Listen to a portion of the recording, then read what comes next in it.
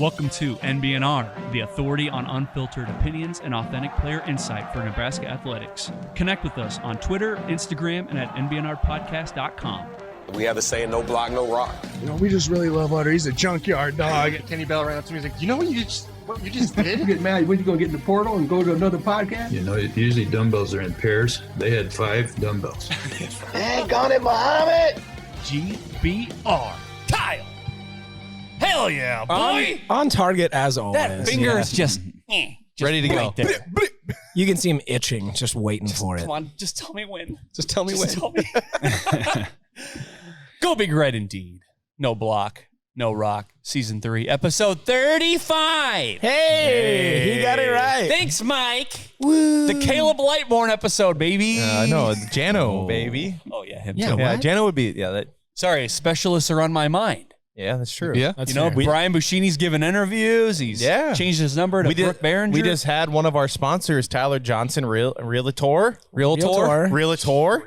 He was in here. He was a former punter at the University of Nebraska, Omaha, before they shut down the program. Yeah. Fun fact for you, more specialist talk. But we're not here to talk specialist.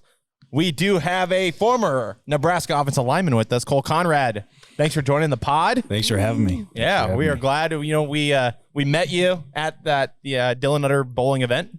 Yeah. And we're like, hey, we need to get you on. And you're like, sure. You Yeah. didn't have to twist your arm or anything. Our lane quickly turned into like, how fast can we throw the bowling ball? Yeah. Between you and Gates and You're like, I want to beat him. I want to beat him. Dude, Yeah. and with Han, you, and Gates, I swear to God, I've never felt so small. Yeah. I was just looking around like, my God, I'm a child. Yeah. They could pancake me right now if they really wanted to. Dude, I thought I was going to become a bowling ball at one point. He's going to launch me. That's funny. Yeah, Han's a tall dude, man. He's a big guy. Like, he's always, I mean, you know, when we're playing, you don't really like think about that stuff too much, but yeah, like kind of just, you know, everyday life, you're like, geez, you know, he's a tall guy. It's a big motherfucker. Hey, I have the same shoe size as Sam Hahn, and he's like 5 inches taller than me. Isn't that crazy? Okay, yeah, but how much extra room you got in those shoes? 0. He's wearing like a size 15. They're just 6 sizes too big. You guys wear the same size. 13. Okay. Thank you very much. He's got small feet for his big frame. How about that? Yeah. You know what they say about small feet? And they're both the same grass stain New Balances. Yeah. Dad Honey. Dad Honey. We love Dad Honey. Oh, yeah. I was Daddy texting him Delaware. I was texting Dad Honey today. You know, we text most days. Oh, yeah. Oh, that's cute. That's cute. Jesus Christ. We're bragging right now. Funny. Okay. That's funny. We are in the Nebraska Brewing Company brewery where they make the beers that we are currently drinking. I was drinking a Mango Unchained, which is fucking just superb. Dude, it's so good. God, it's just good. It's whether Unchained. it's in a can, yeah. You're stupid. Whether it's in a can or on tap, it's so refreshing. And like people are scared of IPAs. Oh, Mike over here, pine cone. Nah, dude. This shit is smooth as a mug. It's so fruit forward. Like it's like drinking a mango. Yeah, the Mango Unchained is very good. Mike, what are you drinking, buddy? I'm drinking my favorite beer on tap. I haven't had it in 4 weeks because I don't want to feel like Connor. I am drinking the EOS, the Hefeweizen. It is the best beer here at the brewery, and I am 100% biased because they're world class in every glass at every beer. But that is my favorite beer. Yeah. I'm drinking the Ale Storm, and you'll have to forgive me. I'm stir it up. I'm a little sick this week. You sound great. Yeah, thanks. Is it because you were at the Storm Chasers game last night in the cold with the t-shirt and shorts? As a matter of fact, I was. And you know what? At that tailgate, I drank an Ale Storm. And I was like, man, this is so good. I think I'll have it tomorrow. Hell Look at yeah. that. Yeah. So, yeah. Connor, we know what you're drinking. Yeah, I'm drinking Pilsner. You know, I'm enjoying, I told Mike this. You guys have not heard this yet. Jeez. The last canning run of Pilsner happened 2 days ago. What do you mean? It's going away. It's gone, baby. What? It's not. So it will still be available on draft intermittently. What's taking its place? Currently nothing. Okay. Maybe no but- Bach, no rock. Which actually, did you guys know No Bach, No Rock is coming back this week. Let's go. This We actually week. have our own beer at the brewery. Really? So, we're on the No Block, No Rock podcast. We actually have a beer here called No Bach, No Rock. Okay. And it All right. is it's like a Shinerbach kind of. If you don't drink the big- Bach, you don't get the rock, damn it. I'm a big Shinerbach guy. Yeah. So you're going to love it's way better than Shinerbach. So. And not only is it a Bach that is made for this podcast, it's a U.S. Open gold medalist. Damn right it is. It took a gold medal at the U.S. Open. yeah. Yeah, so that's a pretty big deal. Yeah. Cole, what are you drinking? I'm drinking the Heffenweiser. The Hefeweizen. Heffenweizen. Yeah, there you go. Something like that. German yeah. enough for me. Yeah. He's got the EOS. It's good beer. Yeah, it's a good beer. I like it. I had it a couple times. Had a couple glasses last time we were here. Yeah, I think I'm pretty sure I told you last time to get that. You did. And then I did again today because I'm back on the kick. Was that the after party for the the after Dutter party. Foundation? Yeah. Oh, yeah. Yeah, shout out Dutter. That was a Yeah. fun time. That was a good time. That was my first time going, but I'm definitely gonna go back Every year, baby. Awesome. Yeah. It's fun. You can I just get know. on our lane next time, so you don't have to kind of like lurk around. I know. Yeah, me and Gatesy kind of let our hair down the night before, so we were kind of Moving slow. we were moving a little slow. Sluggish. Yeah, the Sluggish. bowling ball wasn't. Yeah. That's for sure. Honestly, though. Nick Gates, that fucking ball almost hits the ceiling. He gets it so high. I'm surprised he didn't tear his shoulder. It's my insane. I'm surprised my shoulder just didn't fly down the lane. Yeah. Well, I was sitting there talking, and you're like, God, I want to beat him. I gotta I know. whatever he throws, I gotta throw harder. Well, he played baseball in high school. He's pretty good, and he threw some heat, is what he said. But I believe him after seeing that. yeah, It's insane. yeah, 100%. It becomes a weapon. yeah. Bro, it's a bowling ball, not a fucking bullet. Yeah, we Relax. got to get Mr. Gatesy on the pod. Oh, 100%. Yeah, we got to get him on the pod. He said he'd come on one of these times when he comes back in town, but he's big time. We get it. Yeah. yeah. He's big time, but he's superstar. Oh But yeah. Hey, we'll take it. Yeah, he'll come on. Yeah, I believe it. Well, I'll drag him here. Well, we were talking to you before we started. Mhm. Like we were talking about this new deal that he got with the Commanders, and if he's hooking his day ones up, is he hooking his day ones up? I think he is. Like I said, I think once he gets settled in there, they're going to go down and probably celebrate a little bit. But yeah, Hell that was definitely well deserved for him after everything he's come back from. Yeah. That broken leg was brutal. So Yeah. that was cool to see. It was really cool to see. You think you're getting like a custom Rolex? I don't think he's going to go that far. Yeah. Getting a scooter or anything? I don't know. I'm going to cross my fingers, but I don't know about the roller at the scooter. Maybe not a custom Rolex, just like a generic off the shelf. I would take an off-brand Rolex. Yeah. A Mexican Rolex? Hey, I have two Mexican Rolexes. Just say it's real and I'm good with it. Yeah. The Rolex. Hey, I'll take a simple beer from the Nebraska Brewing Company. Yeah. There you go. All right. Well, Yeah. before we get too deep into the pod here, the Nebraska spring game is April 22nd. Woo. Fellas, what is our plan for the spring game? I think we plan on doing a live show. It'll be a few hours before the spring game. We'll probably do something on Facebook Live, YouTube Live, Twitter, etc. We'll do it live from the tailgate. So if you're in Lincoln, reach out to us and we will invite you to the tailgate. Yeah. I don't know if we'll have enough beer for everybody, but make sure you guys come by, say hi, shoot some shit with us because we'd love it. But yeah, that's the plan is we're going to do a live show. We'll have all the gear there and, we'll have the cameras and all that fun stuff. And Cornhole. yeah, have some cornhole. Watch us kick your guys' ass again. That was pretty cool. Yeah, that was awesome. We'll sign babies, kiss foreheads, whatever you need. Yeah, whatever you need. Yeah, Jared will definitely sign some stuff. He's the face of. You're an idiot. I ain't signing shit. Cole, are you going to the spring game? I think I am. Yeah, I usually try to get back for the spring game. That's kind of the one time we get to go and like meet up with a bunch of guys that are around. Because it's obviously some of the guys that are playing in the league that ain't going to come back that much.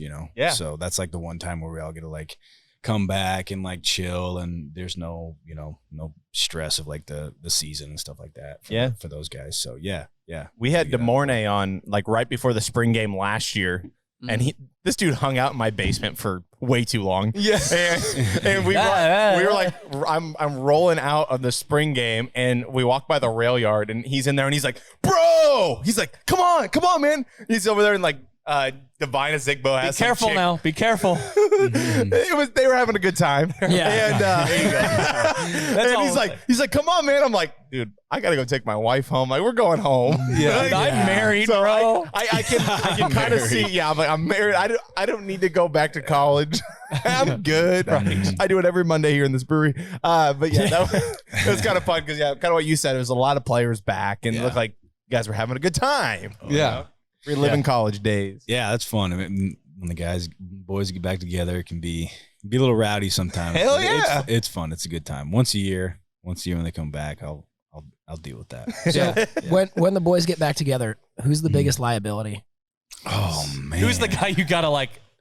That's a potential lawsuit right there. I don't know, man. Some people might say me, but I try to keep it under control. I don't think anybody's too like. No, nobody that I really like, hung around with is any like a liability. You know what I mean? Yeah. Like we're all like we went out for sure in college, but like it was nothing compared to like some of the guys. I don't know. I probably speaking for myself. Yeah, that's good. But Yeah. I try to keep it under control. But I did let my hair down a little bit a couple times. Yeah. As you should, right? For sure. Hell yeah. For Yeah. sure. So speaking about like the guys coming back and stuff, Matt Rule has made it very apparent that everybody's welcome back. Yeah. Whoever you played for, it doesn't matter. Everybody's welcome back. Have you had a chance to take in any practices? Have you been invited back? Anything like that? Yeah, so I still get like emails and stuff like that. Yeah, I think gosh, a lot of people have left now. Like Joni Duff was the longtime lady that did a bunch of the like the tickets and stuff like that. And I think it's Keith Zimmer maybe that I got an email from or something like that. He's still around that I know. So yeah, he's been emailing and saying like, hey, we got these practices open to the public, blah, blah, blah, this, that, and the other. And so, yeah, they seem pretty open, on emails and stuff like that. So I want to get down to a practice, but we'll see. Yeah. But yeah, they've been super open. It's just kind of weird. Yeah. This has been like that for the last 5 years. So yeah. And it's just been so weird. Cause I mean, obviously like 3 different head coaches and then, Frost, sorry. We're saying Frost. Yeah, there we go. Oh, I got the buzzer. Yeah, that's what we say when we say that word. Okay. Former head coach Scott. Sorry. Sorry. Yeah. Okay. All right. But yeah, so it's been like a weird deal. Not a weird deal, but it's just, I don't know. Not many people have to go through 3 different head coaches. No, so, yeah. No. Right. But it would have been nice to have, a relationship with, this staff. They seem pretty cool, Yeah. But, Yeah. Might be good to keep in your back pocket, 100%. Yeah. So, Well, speaking of like former coaches and stuff, at the spring game, they are going to, I guess, honor former head coach Frank Solich. Woo. Wow. So yeah, it's Ending the curse. I get so yeah. Let's just go around, guys. yeah. Like, what do you guys think about Frank Solich coming back? Yeah, I mean, I guess Mike, do you want to start? Finally. Oh man, Gosh. Go, it's go. like, Sorry. hey, time heals all wounds. And I mean, I'm glad they've talked him into coming back. I mean, it's really a good time, though. He's not coaching anymore. I feel like he has time to kind of look back and be like, the accomplishments he had as a player and as an assistant coach here, especially. I mean, he's probably one of the best running back coaches of all time at any level. And It's hard to argue against that. Yeah, to me, it's just, it's nice they're getting Frankie back in the building. I'm interested to see how they honor him. Like, it'll be kind of, I'm interested to see how that all goes. But it was funny when he was on the radio last week and they were like, yeah, do you believe in curses and stuff? And he's like, no. He's like, yeah, if I was a curse or something, It's exactly what someone who is a curse would say. Yeah. I can't be a curse, right? Yeah. No, but you know what? I'm not a superstitious guy, but let's just right the wrongs and see what happens, right? Yeah. Well, I mean, for like a university that has so much like pressure, I guess, or so much support, if you were to walk into a room of 100 Nebraska fans and say, hey, who here likes Frank Solich and who feels like, we did him dirty back in the day? 97 of them would raise their hand, right? Yeah. So it's nice that finally it's coming to fruition. Like, yeah, he's coming back. We're going to honor him for the success that he had here at Nebraska. And, yeah, hopefully it breaks the curse. I think the one thing, obviously bringing Frankie back in the building, like Mike said, about goddamn time. The one other thing that needs to happen to really end the curse is we sacrifice Lil Red on the 50-yard line. Yeah, that's like a... Well, sometimes you have to. What? It's like, here's the thing. Supposedly there's a new Herbie coming, so maybe that's the. They did say there's going to be another. Lil Red. Yeah, they did say there's going to be like another announcement along with Frank Solich. So, and nobody knows what that is. So who knows? Maybe Frank Solich is going to be assistant head coach. Oh, man. Yeah, he's taking over for EJ Barthel. EJ, you're gone. It's Frank. Frank's coming back. Yeah. Sorry, buddy. No, Whatever it takes. Yeah, seriously. I think of 2003. Well, actually 2002. I mean, that was what really. They went 7-7 that year, and when Nebraska back in the early 2000s goes 7-7, that was a big deal. Mm-hmm. And especially you add in the Miami debacle and the Rose Bowl before that. That really scared people. Like, is Frank Solich? I don't know. And then, of course, in 2003, people always say, but he won 9 games. Blah. But I think back to 2003, some of the losses that they had, especially for Nebraska back then, different standards, guys, different standards. You got to go back to 2003, that mind state. Back to 2003 when Jared was 27. Yeah. 26 and a half. I'll get into that a little bit. But like they went to Missouri, they lost by a lot of points. At Texas, they lost like 31-7. And I think the biggest one was that Kansas State loss. And I still remember to this day, I see it in my sleep, is L. Roberson running down the sidelines doing this. And I know this isn't good for our listeners. They can't see this, but he's doing this circle thing. And I remember Bo Pelini confronting Bill Snyder after the game for running up the score. And so I think back to that time, and I'm like, well, a lot of people now will try to say, I think we should have kept Frank. Well, were you saying that back in 2003 when L. Roberson was doing this in your face? Woo! Right. So that's the game that I went to. And hindsight, baby. Hindsight is always 2020. The standards have been lowered. We'll just say that. So yeah, I'm glad Frank's coming back. I'm not going to say it's going to break the curse. I don't want to be that fan or sacrifice Lil Red. I'll be that fan. I know.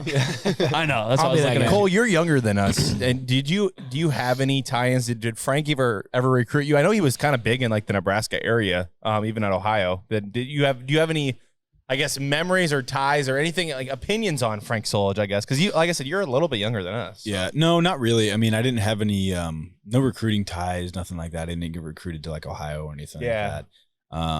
But obviously, growing up in Nebraska, watching Husker football, like you know who Frank Solich is. And my dad was a huge Husker fan. My family was obviously big Husker fans. So like obviously we watched games and he would talk about Frank Solich and stuff like that, and he was a huge fan. But yeah, it was just kind of, like I said, weird how that all that ended. But it's obviously know who he was, just kind of growing up as a fan in the state for sure. Yeah. Was it ever really like a question for you that you were not going to come to Nebraska? Was there any other team that you considered? No, not really. I mean, I wasn't recruited that hard, honestly. Like I got like the South Dakota States, North Dakota States. I was actually on a visit to South Dakota State.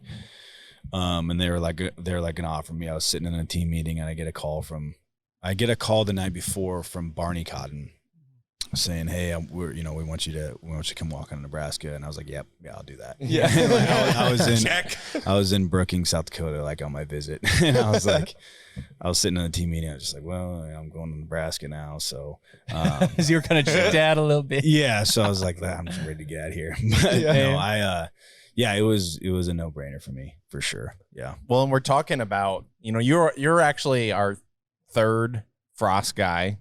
I think on the pod. What guy? Where's the beeper? I figured he'd be on top of it, but you're like our third kind of guy, and to me, like, how was it experiencing 3 head coaches in your short? I mean, college isn't that long, and you experienced 3 different coaching staffs. You're talking about your recruitment. Mm-hmm. Start to finish, like, what was it like being in the locker room during all that chaos? I'd say. I don't know what else a better way to put it. Yeah. That's kind of what it was. But after Bo, when Bo got fired, and then going through all that stuff, like, going to that team meeting like at I think it was Lincoln North Star maybe. Oh yeah, that was nuts. I was a freshman. I was like, what is famous going meeting. on here? But after he got fired, it was just like kind of like this. Here comes another coach. Here comes another coach in and do this. And then after Riley's third year, everybody was just like, okay, we can feel it coming. He's gone. You start hearing the rumors and stuff like that. So like it almost became like normalized, like, oh, we're not going to a bowl game. We're not winning 9 games. Like, oh, here comes another guy. Yeah. Right. You know what I mean? And so like, it was a weird time, but it felt like kind of normal to me. As weird as that sounds, Kind of sad. Sad. For sure. Yeah. 100%. So it just never felt like Riley. I loved Riley's staff. I loved them to death. They were the ones that gave me the shot to play. I got close with Coach Kavanaugh, Coach Cav. Yeah.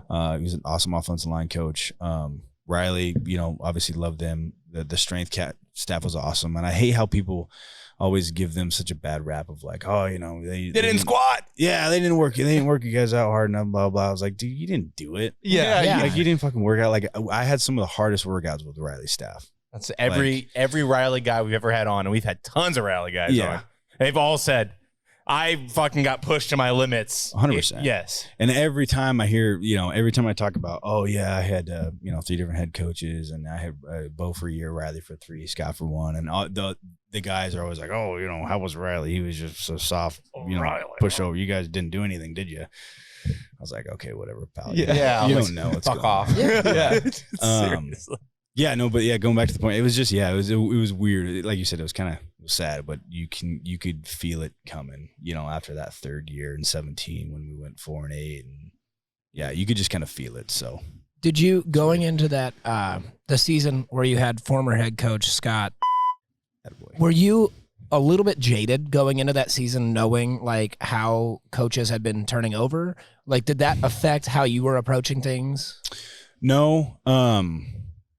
I mean, no, but it is in the back of your head, you're a senior, you're having a new coach come in with all the hype and everything like that. Yeah, again. And, he's coming in with all the hype, and, you want to just be there for the boys, and you want to be, try to be a good leader since you're a senior and stuff like that. But, it is in the back of your mind, thinking that, maybe the new coach is just kind of, maybe putting on a front and saying he cares about the seniors and stuff like that. And I never felt that, but it was always kind of the back of your head a little bit. But yeah, it was just a weird time. And then especially, how the season started that year. It was just the freaking thunderstorm. Was that Akron? Yeah.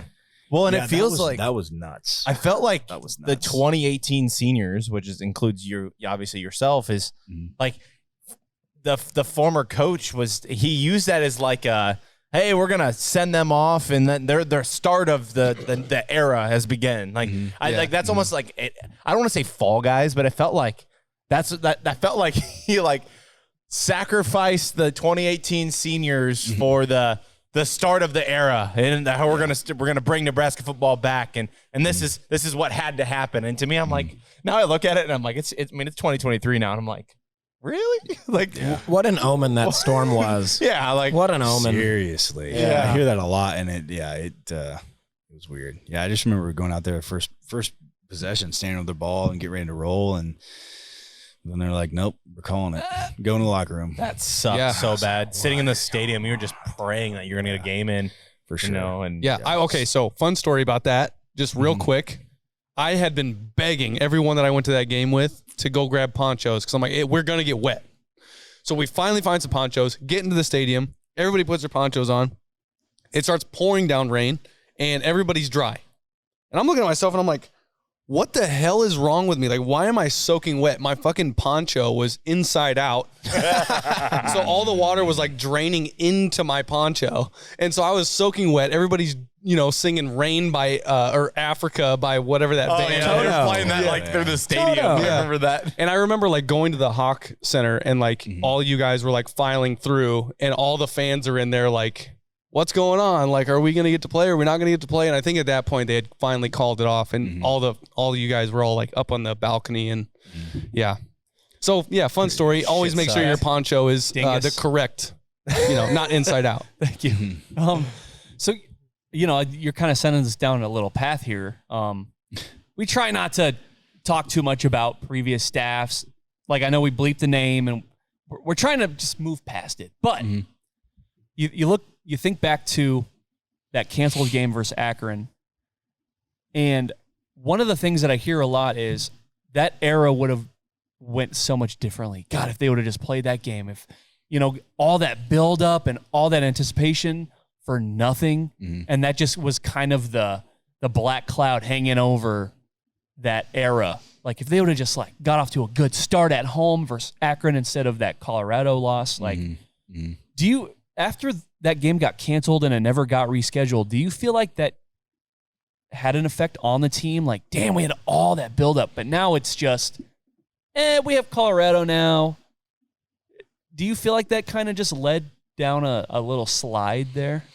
I don't know, not necessarily. Like, as a football guy, you just gotta always gotta look towards the next game and look towards the next play and things like that. So I mean, I didn't really think about it at the time, but when you get that first game canceled and you don't get a bye week and you're just playing however many games straight, that was brutal. But yeah, having that first game canceled and then going in and losing the Colorado like that, just last second, get that defensive, I think it was pass interference maybe. They could have sealed it, but that was a tough one to lose.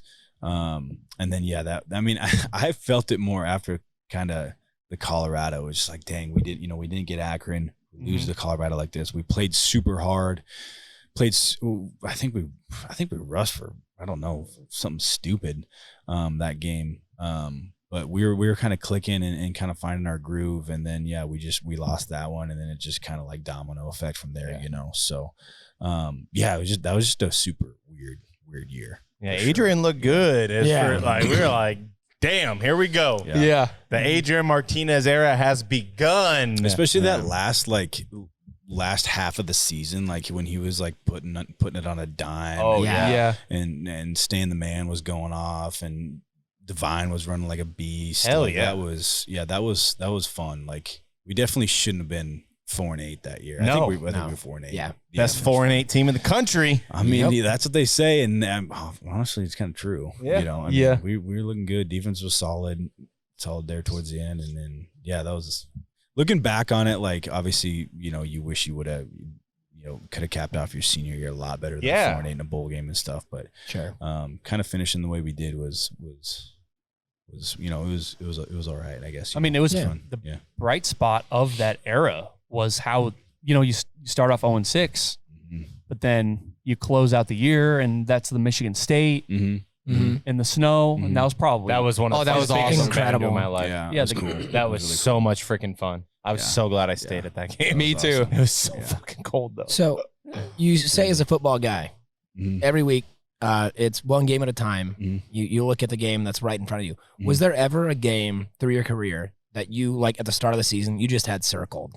They're like, that's my fucking game. I was always a big, I mean, it's cliche to say, but I was always like a big Iowa guy. Fuck Yeah, Iowa. fuck Iowa. Iowa, dude. Hey, you guys remember that time that Nebraska beat Iowa? Wait, was that Mike? Was that this year? Yeah. Oh, and then in basketball. And then again. And then again in basketball. Oh, weird. fucking sweep. I was really waiting for the laughing thing, but it just never came. But, so he doesn't know where the button is. So Iowa was the game you looked forward to. Yeah.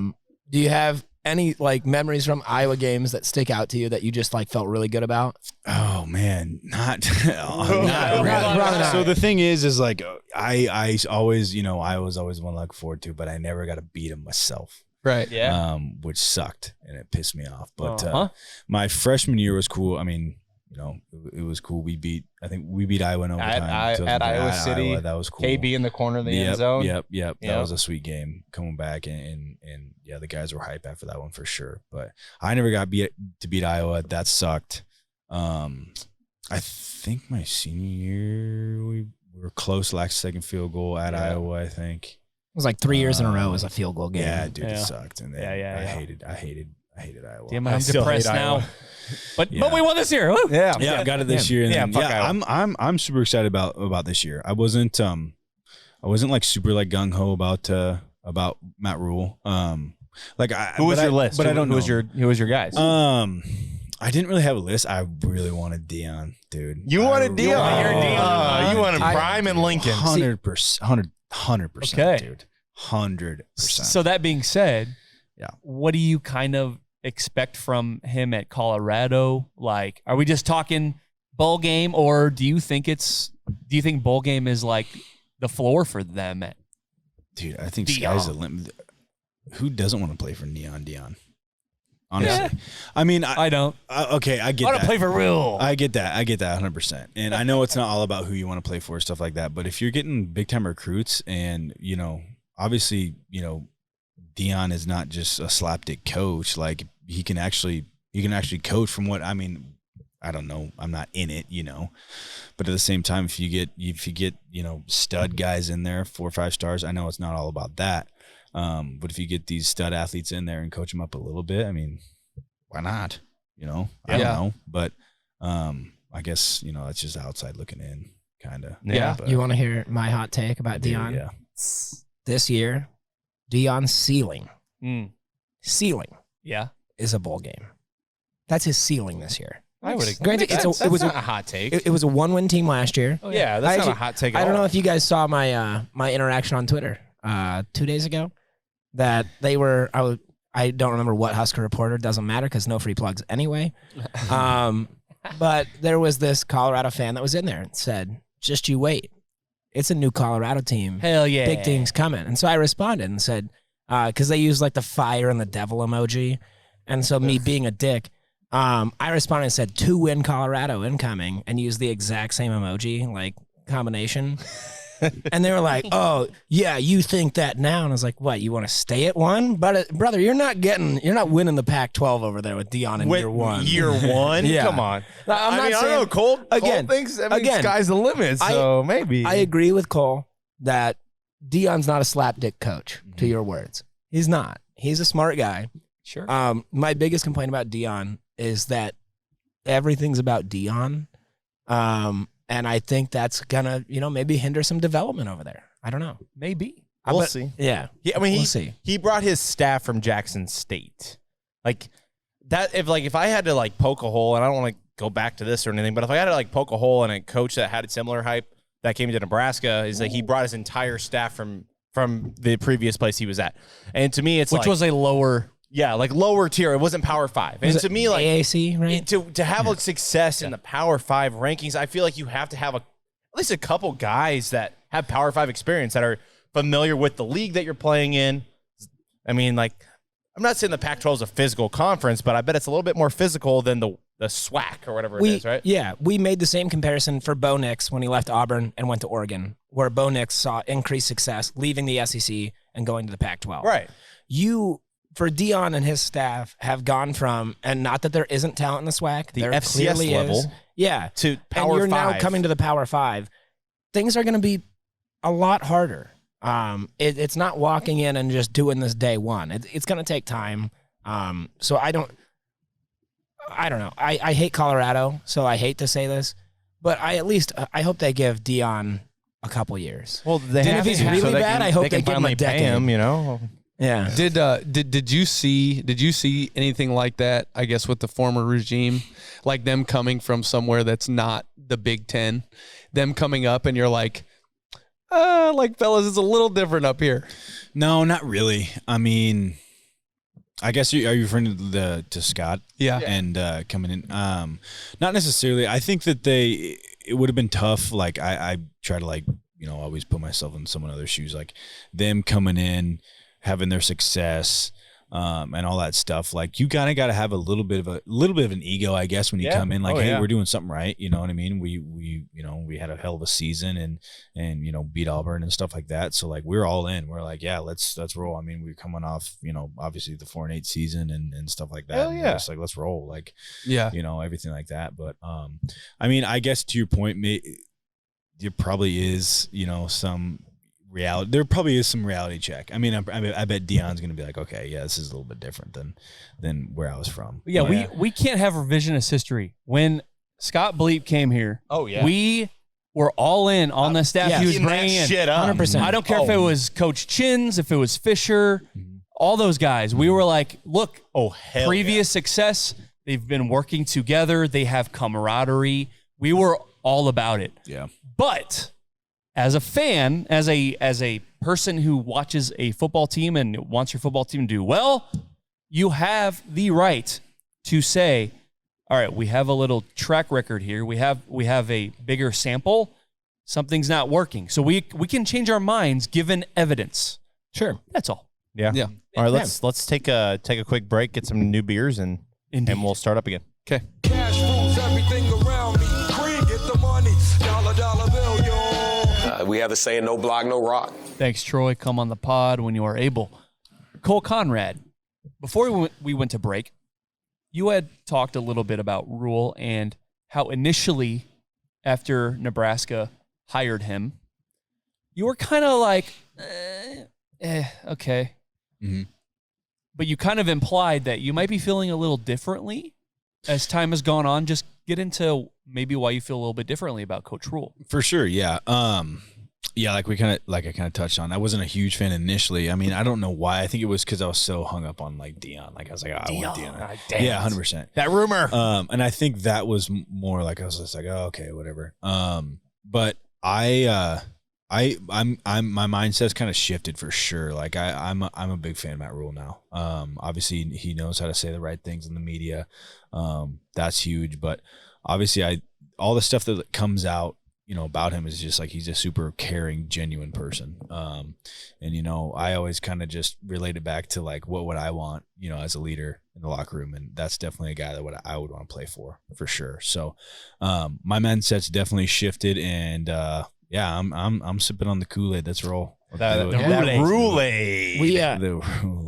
We hit on it, I think, every week, but Matt Rule loves the D word. The D word. Development. Development. And I mean, you look at, again, yeah, it's different, at schools like Temple. Baylor is somewhat comparable. But you look at how he's developed those programs and how he's developed those players. Mm-hmm. And that, in my opinion, I'm not going to speak for anyone else at the table, is exactly what Nebraska needs right now. Mm-hmm. Is showing like, hey, we'll bring you in. We don't need you to be, this finished product when you come here. Mm-hmm. But when you leave, you will be. Yeah. And that's how you're going to get back to that elite level competition. Mm-hmm. And that's why I fucking love Matt Rule. Yeah. I don't think that like your original feelings towards Matt Rule is like super unprecedented. No. Yeah. No. Because I like we've talked with Mike Riley players and we're like, did you have to Google Mike Riley as well? Because we had no idea who he was. Actually, that's a good question, for you, because being on the team, did you know who Mike Riley was when he got hired? No idea. No. Really? No Right. idea. How did that feel, like having that get announced and you're like, who the fuck's this guy? I don't know. I wasn't like, I don't know. You heard like all the rumors of like who we might get. Bielema or this. I heard, gosh, what was that guy's name from Ohio State? Oh, Jim Tressel. Jim Tressel. Yeah, that was a big one too. Oh, okay. But yeah, and then you hear all those rumors, and then like you it's not one of the rumors, and you're just like, well, okay, well, who's this? And then I just went right into who's their offensive line coach, because so I was just like, who am I getting? Cav. Cav. And so that I wasn't. I mean, yeah. To answer your question, yeah, I did have to Google him. I didn't know who the hell Mike Riley was, but I was like, let's ride. But again, we can't have revisionist history when Mike Riley came here. We were like, we talked ourselves into it. Oregon State, if we just give him the resources, he'll be fine. One thing that I come back to every time we talk about Mike Riley, there was a season, I believe it was 2016 or 2017, where we start 7-0. 16. We are ranked, I believe, number 7 or 8 in the country. Yeah, dude. And I was like, let's go. Oh, yeah. Let's go. Roll. Yeah. Mike Riley's the We're go. going. Yeah, we're back, boys. We're back. Well, then Ohio State. Yeah. Then, Well, it was Wisconsin and then Ohio State. Well, Wisconsin OT. Yeah, and of course. I got my first start at Ohio State, and that was your first. Was that the 62-3 game? Yeah, I was at that Come game on, too. Mike. Yep. Come on. You I know know this. that was my first start. So Yeah. How was that? brutal. Well, Tommy got hurt. Yeah, that was crazy. Yeah, that was a wild kind of deal because I was playing. I got in like at the Illinois game, and I was playing a good amount in every game because I played at right tackle at the time, and he was dealing with a nasty ankle injury, and he was just kind of fighting through it and stuff, and so I was always coming in like probably like the third week of the season and just kind of playing, and then by that Ohio State I was starting the rest. But yeah, that was a wild game. I mean, we were 7-1 going to the Horseshoe, and that was a primetime game. Yep. 7:00. Was game day there at that one? No, they weren't. Game day wasn't Okay. there. Game day wasn't there, but it was I got told that week that I was starting, and my dad was going down. He had already planned it during the season, like he was driving his bus down with his buddies, and they're going to the game, and so like I told him like a couple days before that I was starting, and he was just like, "Oh hell yeah!" Like I was just like, "We're gonna come in and beat these motherfuckers!" Like we're fucking rolling. And then first drive, I think we throw a pick six. Yes, and then I just remember, that first drive, Tommy throwing. I think it was tipped pick six, and then I swear when they intercepted the ball, it just went dead silent, and my buddy right next to me is playing right guard, Corey Whitaker. He was just like, "Oh fuck!" Oh no! And then I'm scanning my head. I see Han get sniped, and I see Corey get sniped. I see Utter get sniped, and then I just get blindsided. Damn. And then they take it to the house, and It was like a battleground. We just watched all your buddies getting sniped all over the place. It's like Saving Private Ryan on Omaha Beach, dude. bro. It was D-Day, man. It was just freaking mortars coming in that. But Utter's holding his arm, like, what do I do with this? yeah, we got back to the sideline, man, and we just were all sitting there, just dead, and just didn't say a word. And I think maybe Utter or something. He was like, "What the fuck was that?" Like we didn't. Of course, Dylan. We Right? didn't know. Like I was just like, shit. I was like, all right, well, let's strap back up, get back out there, and then it was a tough first start, but just gotta move on. Yeah, I know Mike. I know Mike really wants to get into. He has an excellent question for you, but like, is there something to knowing like a week in advance? Yeah. We want to get into that. Is there something to knowing a week in advance that you're going to start, or like you're in? Because you hear that a lot. Like coaches won't tell players right away. They want to do it right before the moment, so you don't think about it too much. Like, is there something to that, or is that just kind of overblown?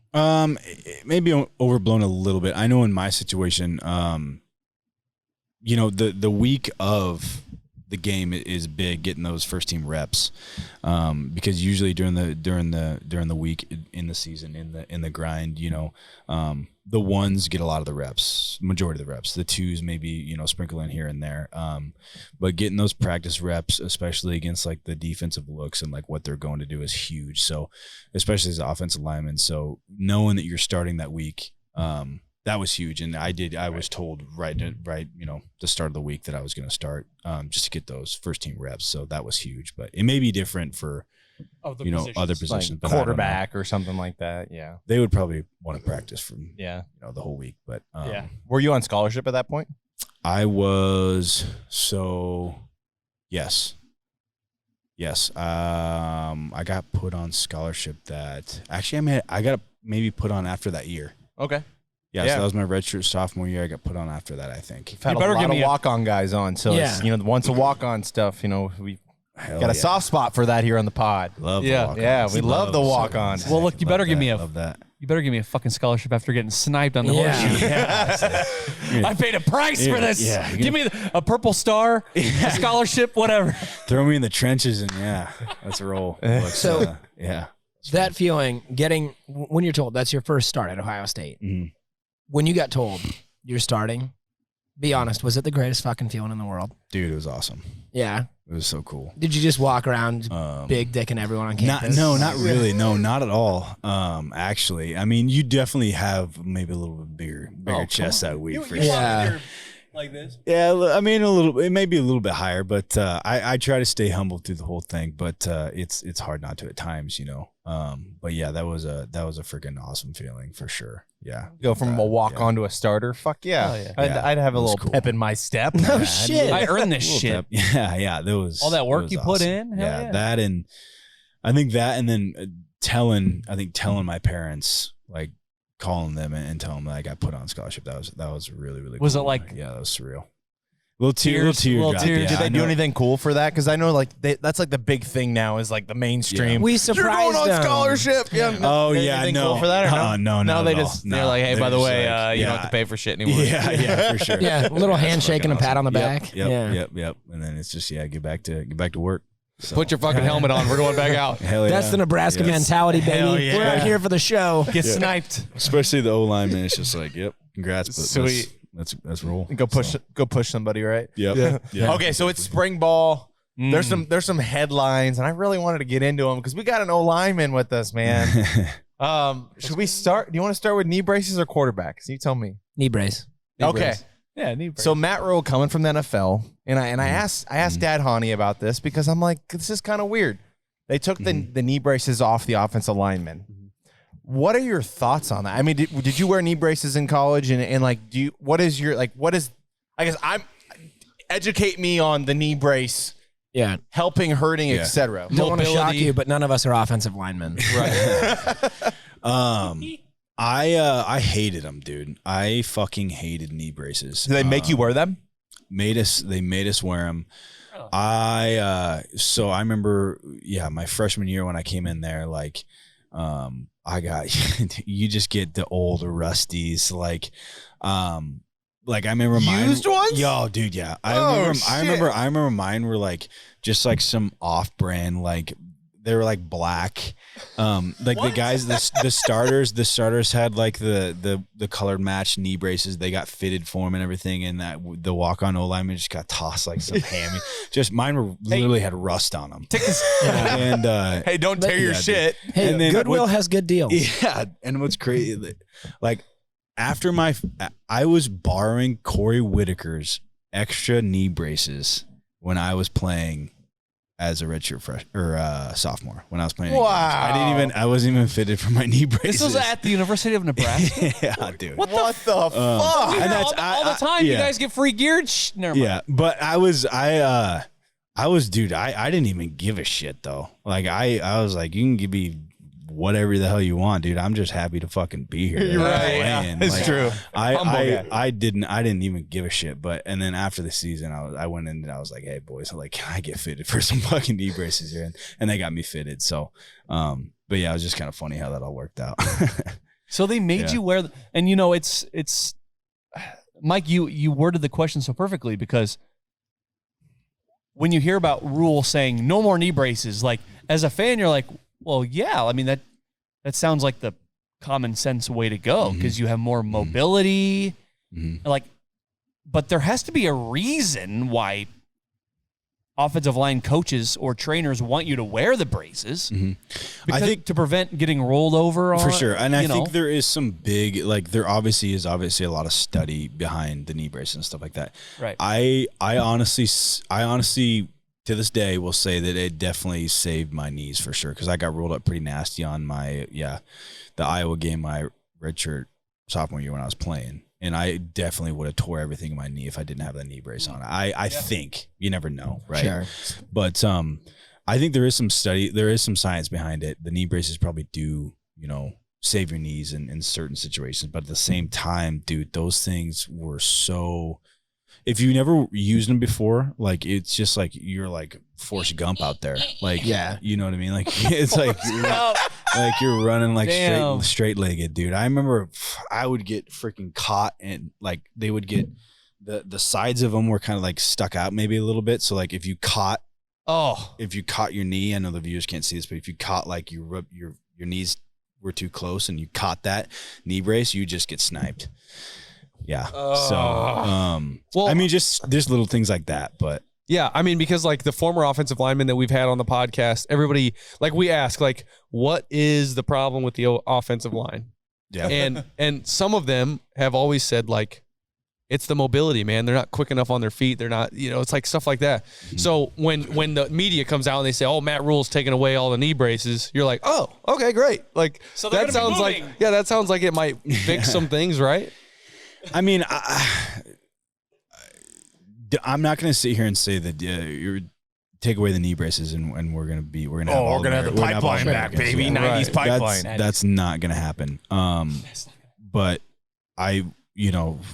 it is a real thing, when you get your confidence, you look good, you feel good, you play good, Yeah.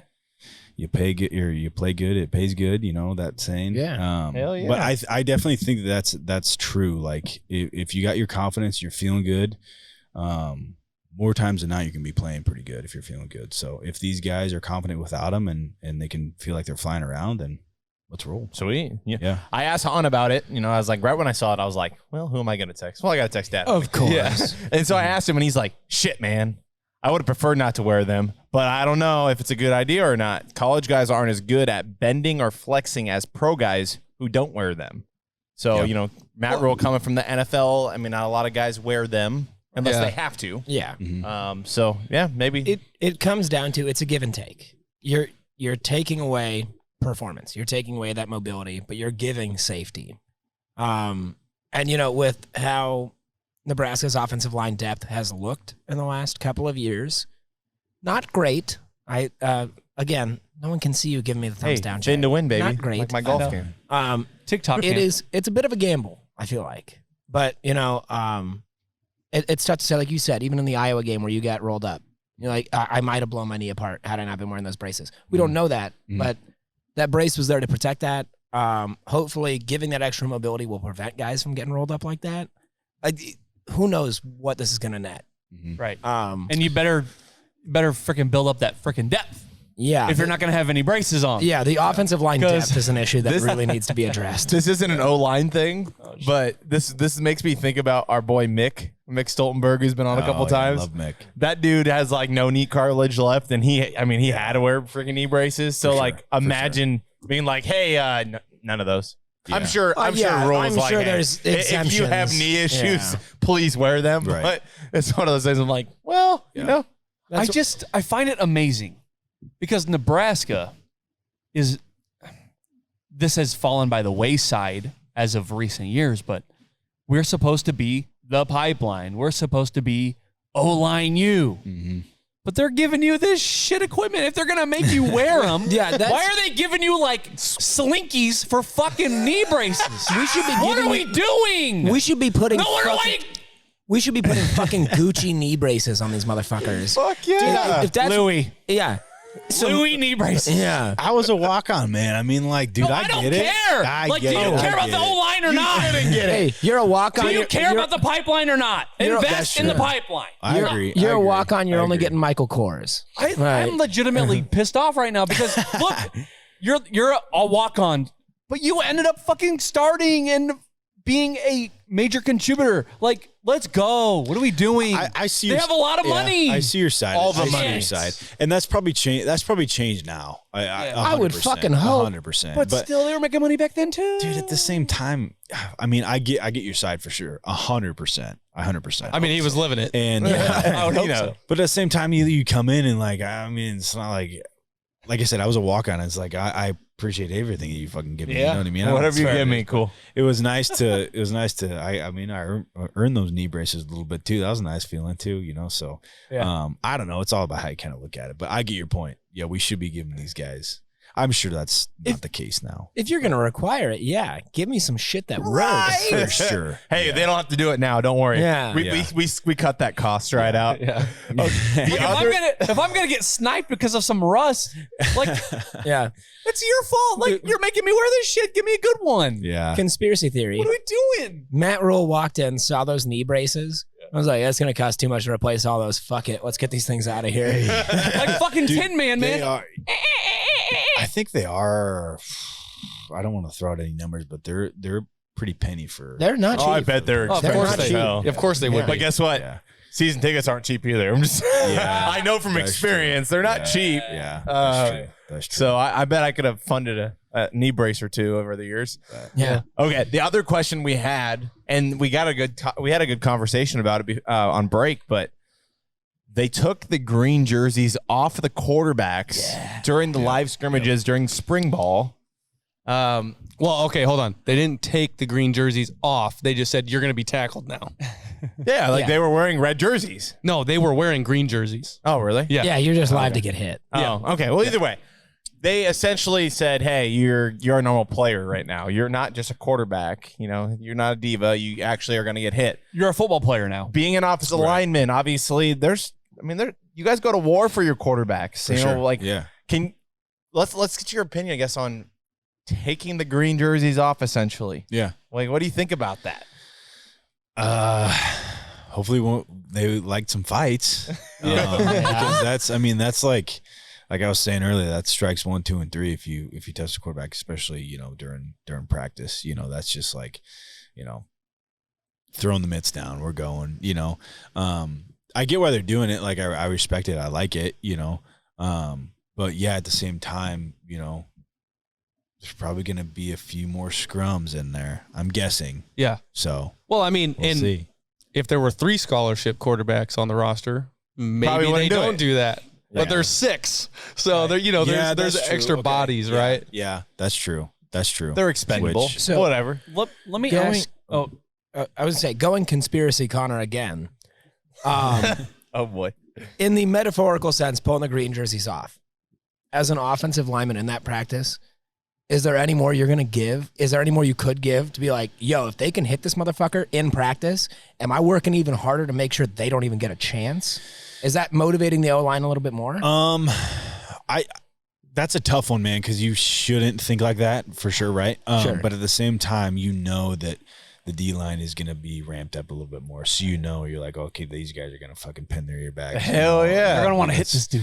Let's roll. So, yeah, you know that they're going to be coming with a little extra stuff, so you gotta be right there too. Yeah, I was gonna say if you know that your quarterback normally has a green jersey and you know he's not going to be hit. Yeah. Is there a little bit of like? I don't have to go 100. They're not going to put hurt. it They're in not going to hurt. 95 and Yeah. Yeah, I mean that's kind of an insult to you guys, but. Right. That's always that's a freaking that's a slippery slope to go down. You know, you never want to do that.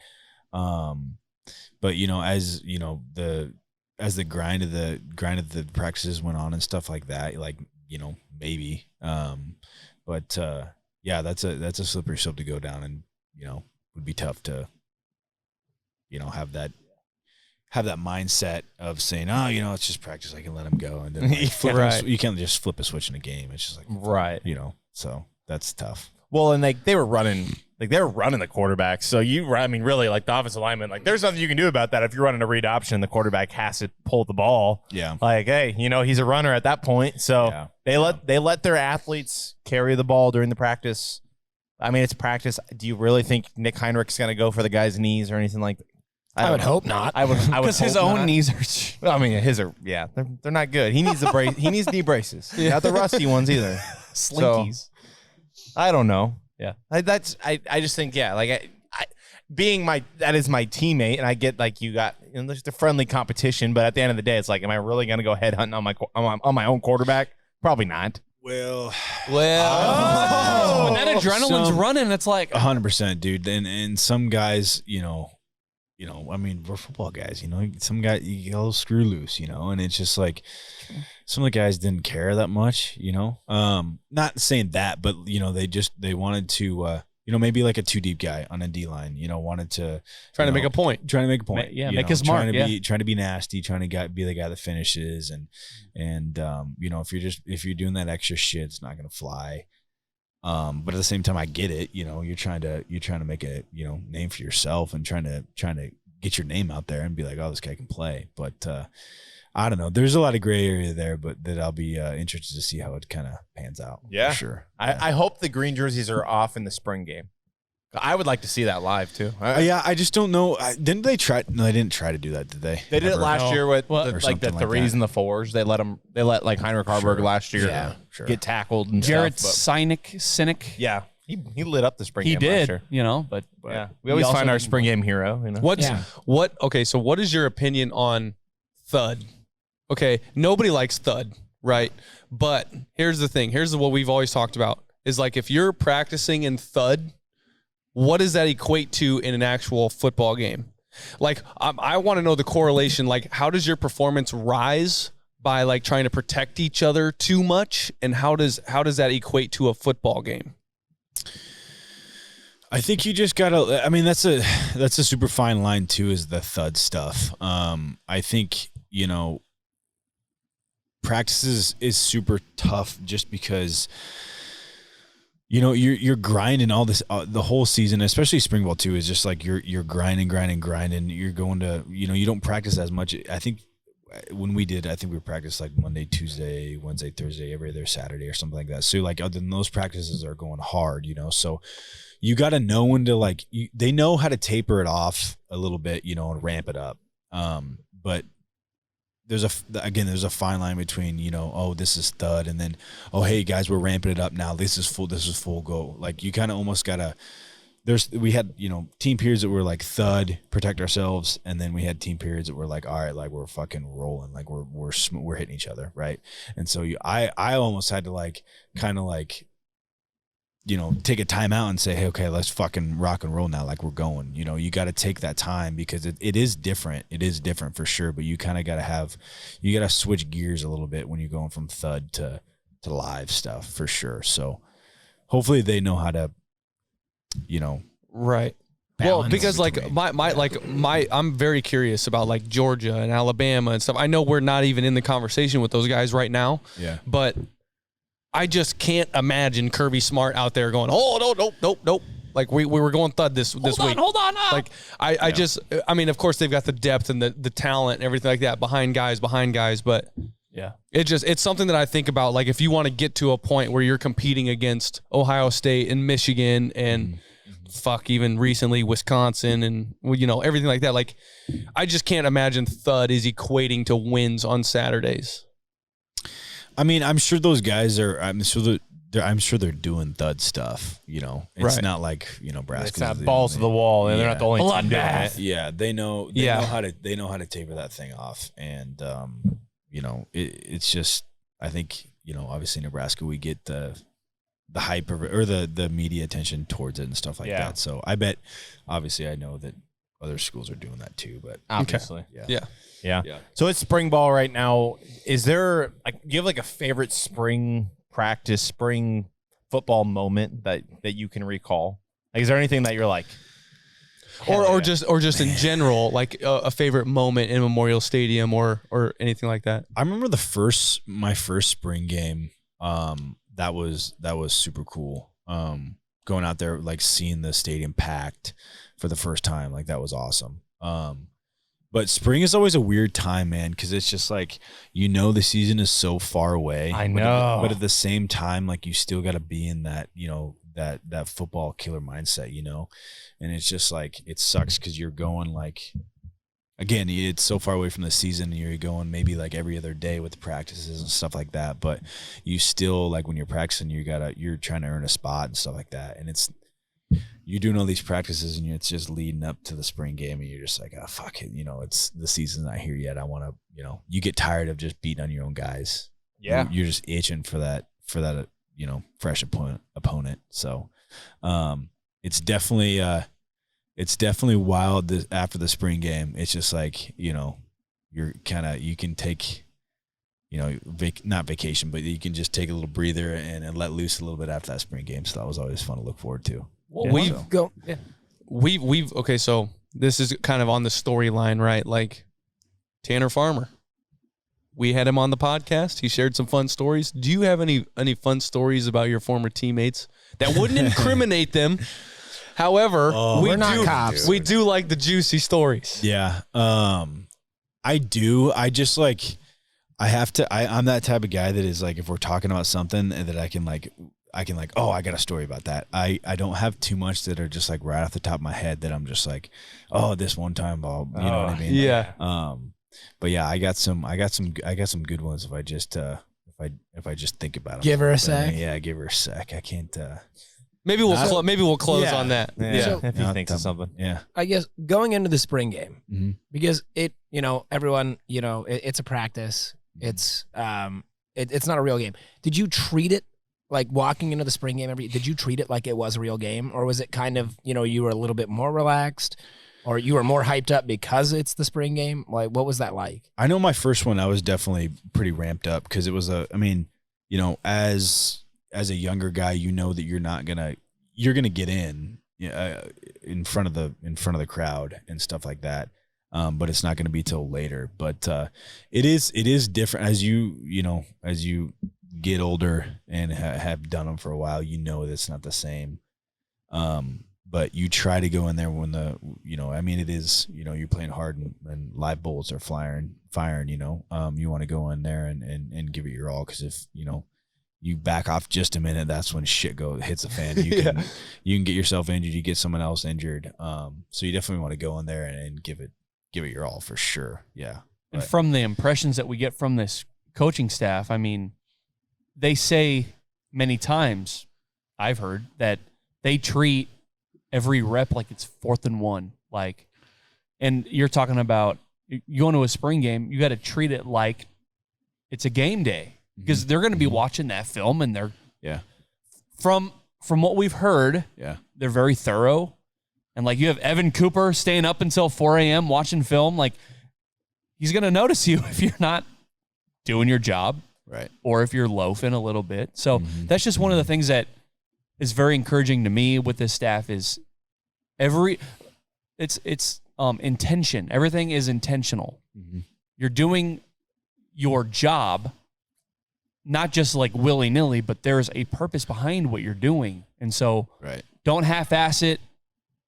That's just a thing that stood out with me with this staff. So yeah, I definitely I'm more I come back to I'm more normalized, and it's more normal for me to go through coaching staffs. And I know it's easy as when you're out of the game and as fans to always buy into I love how this coaching staff is doing this. Everything is attention to detail. But I've seen that for 3 different coaches in it. You know what I mean? And so I'm honestly more excited about the second and third year than this first year.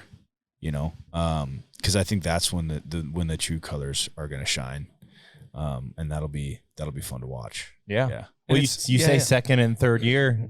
Every guest we have on, we want you to give a little prediction for the upcoming season. You're gonna do that to him? Yeah, I want to do it to him. What? Hey, I just want to know where his bar is. Is it high? Is it low? What do you expect out of this team in 2023?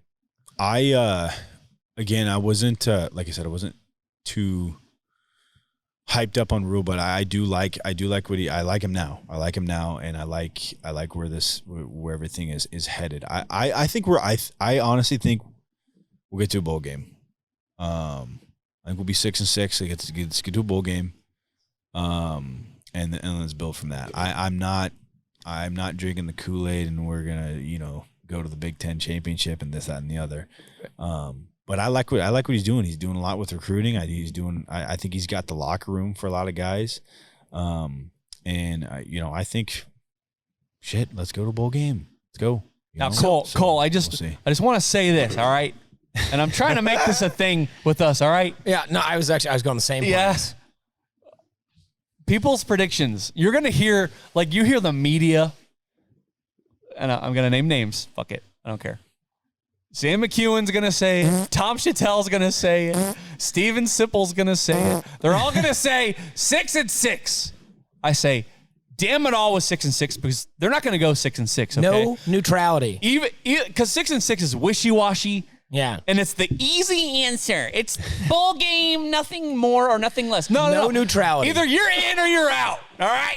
12-0. So are you on the 5 or 7 side? Which way are you leaning, 5 or 7? Let's roll 7. Let's roll. Let's fucking go, my man. I love it. So we're getting to some scary times, boys. Yeah, And, yes, we listen. It's been scary. It's already been scary. No, but I'm talking. This is for real. We're on we're on the brink here. With I mean, we've been talking. Last poverty was 2016, 6 year. I mean, last bowl game. Don't say poverty, Mike. Don't say dude, poverty.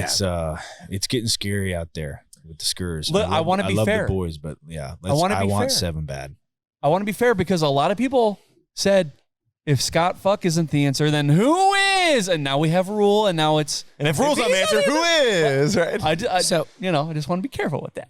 Here is my thing on, the verge of making myself sound maybe very dumb. Oh, boy. For the first time ever, by the way. For the first time ever. That's not hard. Unprecedented. When our former head coach, Scott, got hired, again, like you said, a lot of us said, well, if he's not the answer, who is? Mm. This is the first time in a very long time where I'm not questioning. I just believe Matt Rule is the answer. Well, we have no choice. We're paying him for the next. We need him. We need him to be the answer. But I mean, sure. You can talk contract all you want, but just look at what he has done in the short amount of time he's been here. Look at how the attitude surrounding Nebraska football has changed. Look at that how happened the in players 2018. It happened in 2014. He'll be the first to tell you. I mean, I'm just telling you. He's been drinking the Kool-Aid for 3 coaching staffs. He knows. Right? For sure. Again, this is an outsider's 100%. perspective. Yeah. But it feels like this Matt Rule hiring is different. I don't know why. I don't know why I feel that way, but my God, every time I hear that man talk, I'm moving tables, like Jared said last week. I'm moving fucking tables. I will say we had Damon Benning on last week, and Damon said the hype, everything about Matt Rule is real. Drink it. And that's DB. Like, he doesn't have any reason to say anything like that. So, hey, you know what? Whatever. I'm gonna sit in my seat and just watch, and we're gonna see what happens. As a fan, I can watch and not play. Thank God. Yeah. Because if I did, we would be worse than what we were under. Yeah. To be fair, to your point, Mike, where you said we don't really have an option, it's fair. We don't. We could have hired Jared as our head coach, and I still would have supported him. Yeah, it doesn't matter who we hired. It didn't matter, but Matt Rule if just we would have feels- hired Dion, I would have had my primetime shirt on yesterday. You know, like, it is what it is. But Matt Rule just feels like the right guy for Nebraska. Hopefully. I hope so. Yeah. Hope so. So was that guy from Wood River. Damn it, Mike! I think we're at the point now, Cole. Plug yourself. Tell everybody, tell the listeners what you do now. What are you like? I mean, where they can find you? Yeah, sure, 100%. I work for a truck auction company, Taylor and Martin. Our home headquarters is in Fremont, Nebraska. Nice. So yeah, we do auctions. Tractor trailer stuff over the road. We have like 13 different sales sites, kind of all over. So. Yeah, it's been fun. My dad's worked there for a long time, and it's been super tough, like trying to find, and probably a lot of college athletes are kind of in the same boat where it's hard to find your passion, for something other than football. Cause for my whole life, all I've been doing is playing sports, and it's just been like, that's what I've been doing, so seeing my dad's passion with this company and me kind of like moving in with it, has been cool for me. So yeah, it's been fun. Hell yeah. So if you're looking for a rig, you're looking for a tractor. Yep. Cole's your guy. Yeah, 100%. Yes, sir. Yeah. And you're on Instagram as well. Instagram. Yep. I'm not on Twitter. I got rid of the Twitter in college. Kind of went down a wise choice. Smart move. So I'm on Twitter. It's a fucking cesspool. Yeah. It is cesspool. Are you on Facebook too? Facebook, yep. There you go. Yep, Facebook, Instagram. Got a TikTok? Doing some dances? I don't have a TikTok. Never got into TikTok. I do the Instagram Reels. The Reels it's are about good. the same thing. Hey, if they're good enough for the Reels, they're thing. good enough for you, right? Yeah. You don't need to talk for that. Yeah. But yeah, that's about it. Yeah. Okay, so last chance on a fun story. Tanner Farmer. Think of anything. Look, Tanner Farmer was a character when we had him in. Yeah. I mean, he was a blast to talk to, and he was just like the real deal. But he was like, I felt like I was gonna get my ass kicked the whole time he was there. I was like, this dude is intense. Who, Tanner was doing that? Really? I thought he was intense. I'm like, man, this dude is like, yeah. There was no bars held. There was when no. you have a Nebraska tattoo on your arm, Yeah, he's about you're big time, baby. about it. Yeah. I don't know if I have like a true Like favorite football moment. story. I always loved. So my parents moved out to this lake house when I was like in college, out in Fremont, Ventura, and we'd have every year I'd have an O-line party out in the summer, like right after like kind of the end of like summer workouts. Had all the O-line out there. I'm sure nothing shady happened out there. Not even once. Gosh, man, we drank a lot of beers. Yeah. Hell yeah. Made a bunch of the freshmen do some stupid stuff. Oh, no. So yeah, that was a fun time. But nothing that comes up to off the top of my head that that's really like crazy, you know what I mean? Is there just like one pancake that made you just feel great? I think my first one, like the Illinois, the right tackle at the time, in 2016, he went down like, it was like the second play of the game or something like that. It was super early in the game, and there's like my O-line coach was like, "Go in there." I was like, "Sweet, let's roll, let's fucking roll, let's go." And I was all jacked up, and my first pancake there was cool. I still got it on my phone. I still got a picture on my phone. Yeah, that was a cool feeling. That was a cool feeling. Yeah. You ever drop somebody and just like whisper right into their helmet, just like "fuck you"? You're my bitch now. You're my bitch. Yeah. Oh man. What was the meanest thing? Like if you got dropped, what was the meanest thing anyone ever said to you? Anything that sticks with you? No, dude. I think something along the lines of when we were it was probably my first start in Ohio State, and we were just getting rolled, dude. And they were just like, "You guys are fucking ass." Yeah. Fuck. And you can't even come back with it. Yeah, I was just like, "Fuck you." You know. I was like, Is there a mercy rule? Shut up, man. yeah, dude. But fuck you. So it's funny. That game the week prior. So Nebraska, what 7-1, 7-2 going into that game? 7-1. 7-1 into that game. Yep. I was in one of my classes, and I was in a group. One of my partners was Riker Fife, who ended up playing in that game. And my professor had got his master's at Ohio State. Leading into that week, my professor talks about, it was like, because they had just gotten beat by, I can't remember who they got beat by the week prior. Oh, did they? Yeah, the week prior. Ohio State was undefeated that game. No, they had lost 1 week prior. And my professor, check it. Please check that. Gotta check it. But he's like, you should be scared because Ohio State coming off a loss, they're going to drop 70 on you. And Riker, sitting right next to me, whispers, "Please God, don't drop 70 on us." And so the next week, they had. So they had lost at Penn State. That was that crazy, I think, blocked kick. Yeah. And everything. But then they beat Northwestern the week after. Okay, so it was 2 weeks before. Yeah. Regardless, so the next week after the Ohio State game, this is the meanest fucking thing I've ever seen. Again, sitting right next to Riker, who's a great dude, by the way. Yeah, sure he we is. walk in to our room. It's like this big theater. And there's a projection screen up front. First fucking thing on that screen is the score of the game. 62-3. And he knows Riker's in that class. He's being a dick. I could feel him just shrink. And I was like, dude, that's the meanest shit I've ever seen. Because Riker legitimately was like a great dude.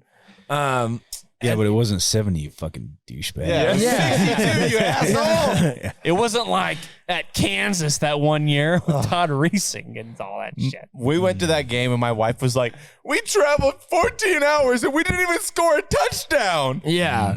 I was like, tough, man. Damn it, Cole. "Hey, at least I saw the horseshoe." Put it on me. Whatever. Fuck it. All right, Cole. Well, again, we want to thank you so much for coming on. Yeah, thanks. No for Block, having No me. Rock. Yeah, this was awesome. Appreciate So you. fun. Hopefully you had fun. And I did, yeah. we talked about some good memories and some Less than. Less than. getting sniped. Yeah, I mean, it's always the highlight of the podcast is just getting to sit down with former players and just getting to chat it up and just bullshit about football. Like it's the best thing that we get to do every week. So yeah, I appreciate that. That's awesome. Someone who's done that's has done it at the highest level. Yeah, that's awesome. We I appreciate appreciate you guys doing this. This is fun. Anytime you want me back, this is awesome. Hey, love this stuff. That seat's always welcome for you. All right. yes, sir. Keep I'll it keep warm. it warm, yeah. For yourself. Please do. Okay, we are on Twitter at NBNR Podcast. We are on Facebook We're on TikTok, Instagram, Spotify, Apple. Pornhub Premium.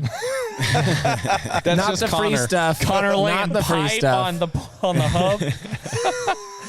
We're on YouTube as well. Yep. At Yes. NBNR Please Podcast. subscribe to our YouTube channel. We're trying to get that ramped up a little bit, so we are there. Heck yeah. Merch? No merch. Merch. We got What do merch. We got merch. Yeah, we got merch. It's there. I know we have a guy that we're talking to. Whatever. Yeah, we got to talk to him still. Okay. We're working on it. Let's sign off, guys. Yeah, let's do I'm it. one of your hosts, Jared Hall. Mike Delaware. Kyle Byers. Connor Cadillac. And Cole Conrad. As always, GBR. Woo, baby.